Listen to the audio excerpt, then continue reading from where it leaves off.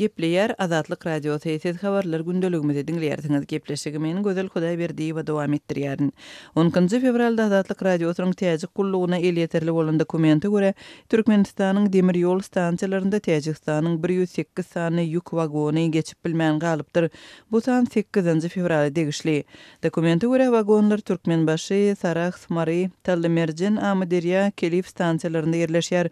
Olar dürli haritler şol sanda paxta ýagy, ýag ýangıç serişdeleri, mermer we alüminium önümçüligi üçin zerur koks bilen ýüklenen. Koks 108 wagondan 29 sanasynda ýerleşýär. 108 wagondan ibarat san 8-nji fevralda degişli bolup, ol gününden artýar. Täjikistanyň demir ýol baş edarasynda bu maglumaty Azatlyk Radiosyna tasdiklap, Türkmen tarapynyň öz hereketlerine hiç hili düşündürüş bermeýänligini aýdýarlar. Täjikistanyň demir ýol edarasynyň ortatdaky ýolukçy gatnaw bölüminiň wekili Jamşet Nurow ýolukçylaryň demir ýol gatnawynyň bolsa ozalky tertipde amalaşdyrylýanlygyny aýtdy. Täjikistanyň Daşary işleri ministri Sirojiddin Muhriddin dören ýagdaý barada Azatlyk Radiosynyň beren sowalyna jogap berip, Täjikistanyň hem Türkmenistanyň strategiki partnerlik barada ýalaşyk baglaşanlygyny aýdýar we olaryň iki taraply hyzmatdaşlygy pätkelçilik döretmeli däldigini belleýär. Biz şu çakaçyndy Türkmenistandan onuň Täjikistany barýan ýük ulaglary öz territoriýasyndan geçirmeýänliginiň sebäplerine düşündürüş alyp bilmedik. Ýogsa biz öz kärdeşlerimize dürli derejelerde ýüzlendik. Şeýle problemalar dost dogan ýurtlaryň arasynda döremeli däl. 2017-nji ýylyň noýabr aýynda iki ýurdun prezidentleri strategiki partnerlik hakynda ýalaşyga gol çekdiler we oňa görä taraplar iki taraply hyzmatdaşlyga hiç hili pätkelçilik döretmeli däl. Ýurtlarymyzyň arasynda hyzmatdaşlyk boýunça beýleki iki taraply dokumentler hem bar. Olar pätkelçilik döretmegi dälde eýtem özara kömegi hem goldawy göz öňünde tutýar diýip Täjikistanyň Daşary işleri ministri aýtdy.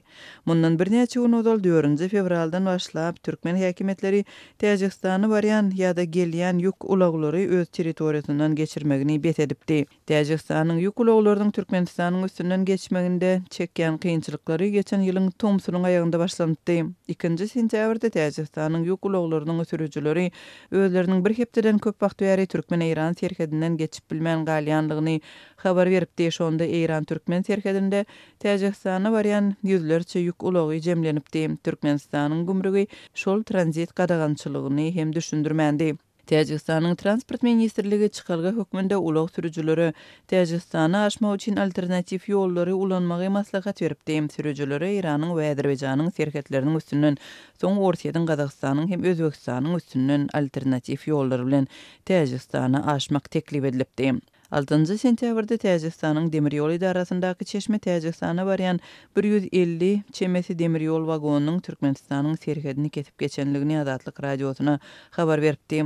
Onuň sözlerine görä, şonda türkmen tarapynyň beren düşündürüşinde transportyň tranzitinde dören problemalaryň ýurdun içerki kynçylyklary bilen bagly bolmagy ma'lum edilipdir. Sentýabryň ortalarynda Aşgabat Täjikistana barýan ýük ulaglaryň türkmen serhedinde howpsuzlyk sebäpli saklananlygyny ma'lum edipdi. Şeýle düşündürüş türkmen tarapynyň Täjikistanyň Daşary işleri ministrliginiň adyna ýollanan hatynda berilipdi. Aşgabat täjik ýük ulaglarynyň türkmen giňişliginden geçmegine diňe bir aýdan soň ruhsat beripdi.